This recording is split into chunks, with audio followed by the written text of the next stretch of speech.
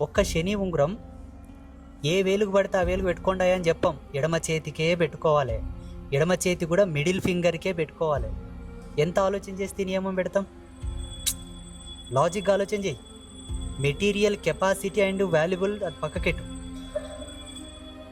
ఆ మెటీరియల్ యొక్క కెపాసిటీ, దాని వాల్యూ, దాని యొక్క ఎనర్జీ సీక్వెన్సెస్ అది పక్కకెట్టు.